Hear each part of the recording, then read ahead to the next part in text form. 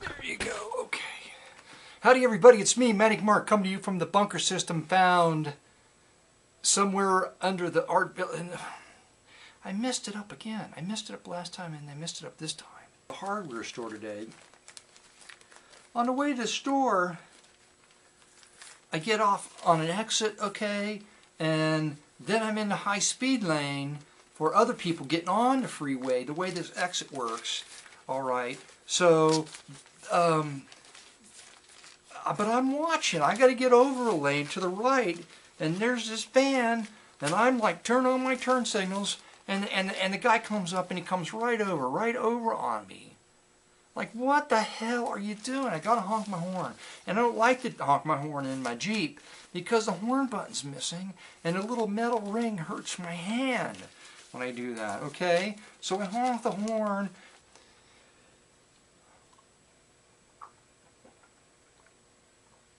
Stories to tell. Got a good one today. First of all, I'm going to start with, not before I tell the really good story. This is a good story. It's just the thing I'm working on. Here's the quick video piece of the welder. There's the new welder. Okay. I wanted, there's two things I wanted to do. I wanted to use some stuff I had around, and I wanted to try out the new welder so I knew that it was going to work for me before I sold my old welder. And it's great. It works great. So what I did was I took this old coil spring I've had lying around, and I wanted to make a kinetic sculpture. So here's what I'm working on. This is the thing in progress. Okay, there you go. And it's going to sit on a pole somewhere in like a flower bed or something like that. So it's just like this weird kind of flower-like abstract thing. It's own. Okay, so that's it. I've been working on that. I'm going to paint it, and it's pretty awesome. I like it. It springs, and hopefully the wind will catch it, and it will spring. Birds will sit on it. You know, it'll keep moving all the time on that spring. All right, now on to the weird story. A couple of weeks ago, I went to my favorite record store, and next door in the coffee shop, he wasn't open when he should have been open, and next door they said he was sick, and he'd be back in a few days. Okay, so it was a week and a half, 2 weeks, then I decided to go back today. It was a real nice day.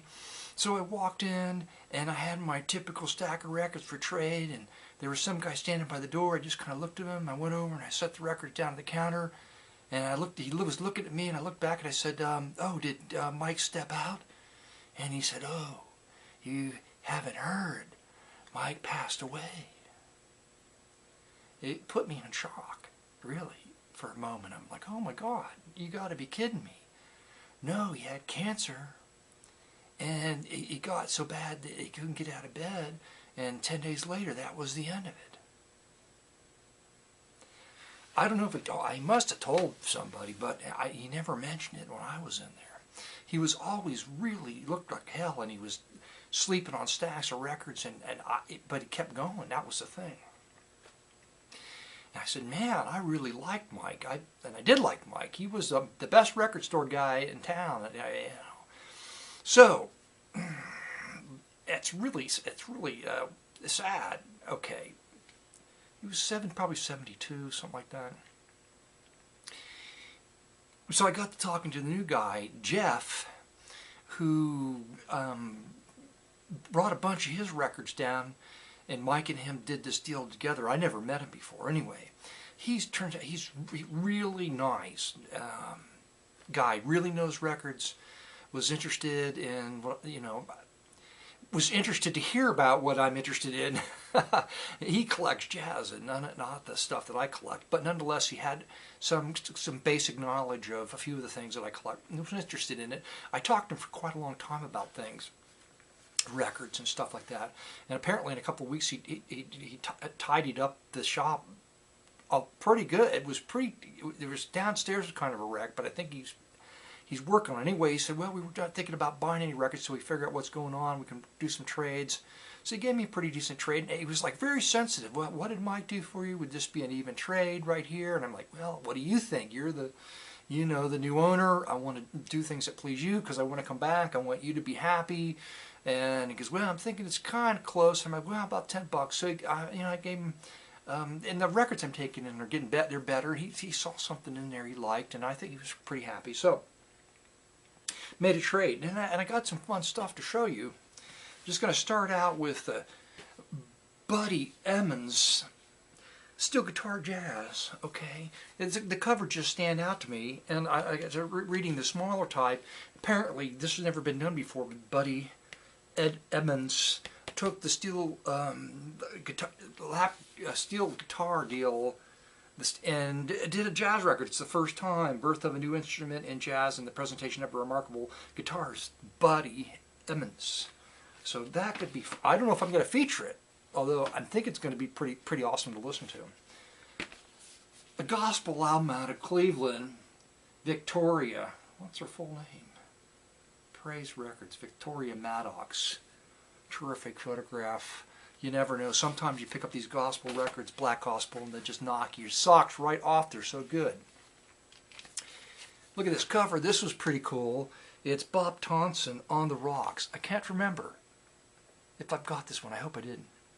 I don't have this one, but now I have another copy. Pretty sure I don't have it. Another cheesecakey cover. It's a Richard Heyman album I don't have. It's one of those theme album probably not concept, theme album where he does all the songs that are named after girls, like Laura, of course. Jeff, the new record store owner, knows who this guy is, and I don't have anything by him. So Jorgen, maybe one thing, don't remember. Anyway, it was an RCA album. No, it's Mercury. Sorry. Oh, and Mike wasn't interested in the internet anymore. I can see why he just didn't care anymore, because he was sick. And that's why he was just like, I don't need a computer. Records come in, I just deal with them, and I just, But the new guy, Jeff, I mentioned my blogs, and he wrote them down and was interested in me promoting the record store and the blog, which I might do. And he's going to look them up, and he was just it was a very nice guy. It was a nice visit with the new guy. Now, there were 3 local presses in the local press bin, which normally I haven't found hardly any local press down there, but this was a great cover of a truck from the Southern Ohio line, and a guy with a piano in the middle of the street, John Bachman, Traffic Jam. Traffic Jam sounds like a jazz album, doesn't it? Seniors by Request. I thought this was a high school album. Oh, look at that cover. Wow, okay. But they're 3 guys. I think that's just like a vocal group. And I picked it up because they do covers of Aquarius and Let the Sun Shine, in which, that means that could be the winner on that album. The Skip Hogans Quartet at the La Ronde. The La Ronde apparently was a restaurant somewhere here in town. There you go. The Cha-Cha album. Don't know if I have this one. I may have, but now I have another copy. I can't remember anymore. Just because the cover, it's not David Carroll. You're thinking that's David Carroll or Steve Allen. It's not. It's another guy that wears thick black glasses. It's David Brockman.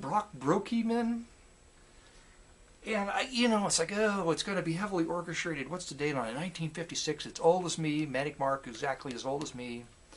But I noticed one descriptive line in here said one of the songs was tinged with jazz. So that made me pick this up. The cover and that one line. When I pulled this out of the rack, Mono Evergreen Records. Is it a gatefold? No, it's just a super thick cardboard cover. Kind of a cool cover. I don't know what the date is. Anyway, he goes, oh, Libby Holman.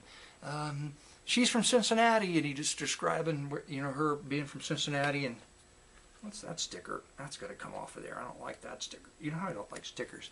And from Cincinnati, and she moved out like to Hollywood or California somewhere. She was at a pool party, and somebody was shot and murdered at the party she was at, and they could never find out who it was because everybody at the party was so drunk that nobody knew anything. Okay, So then she kind of recovered that for a few things. I have no idea if it's going to be any good, but I've never seen the album, so I picked it up. This looks like it is from France, but it's English. The notes are in English. This was fun. I splurged on this. They were asking a little bit of money for it. I don't know. Anyway, so it's Julie London, Calendar Girl, okay? It's a wraparound Julie in 12 different outfits. The gorgeous, sexy, smoking hot Julie London in 12 different outfits that represent each month of the year. And it's a gatefold. I've never seen a gatefold in Liberty. But here's a gatefold. There's Julie on the inside. The 13th month, they say. Julie could take a good picture. You know what I'm saying? Now these came from eBay. These 3 records here from one dealer on eBay. It's Sparkle.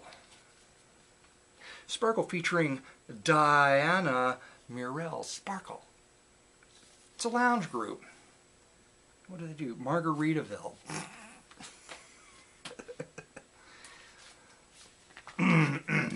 Gloria. Gloria, darling, I never doubted you. Well, maybe a little bit. Just a little bit, or I wouldn't have titled a record after my reservations about what the hell you're doing out so late at night, coming home. You don't tell me where you are. I listened to some of this. They posted a sample, and it was.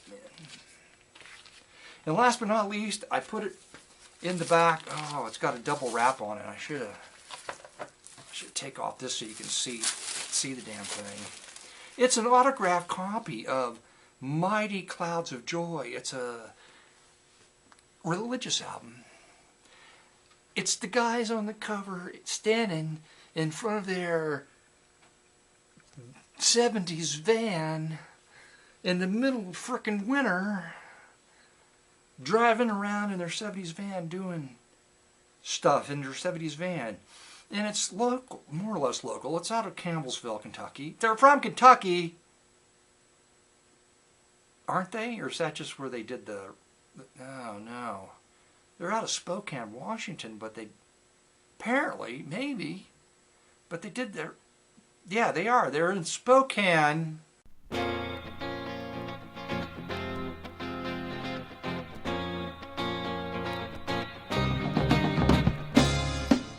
Lord, don't let me strive against my brother.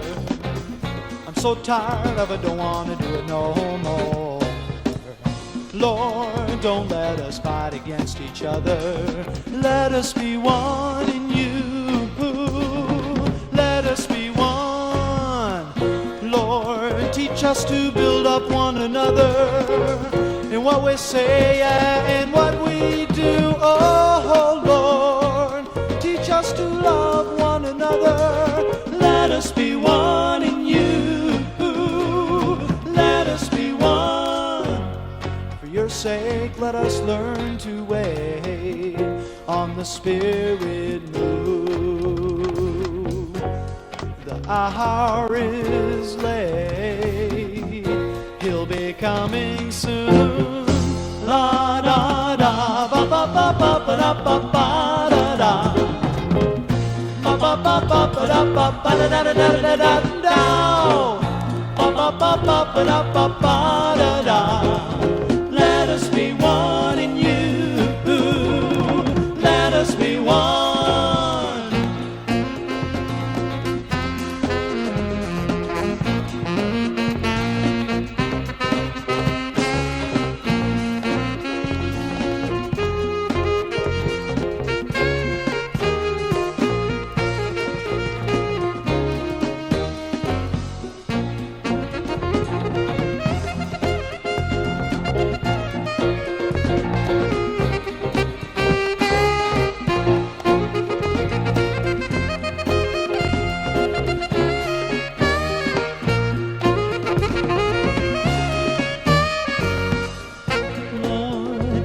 Rest up in your spirit, knowing full well that in your hand, oh God, open up our hearts so we can hear it.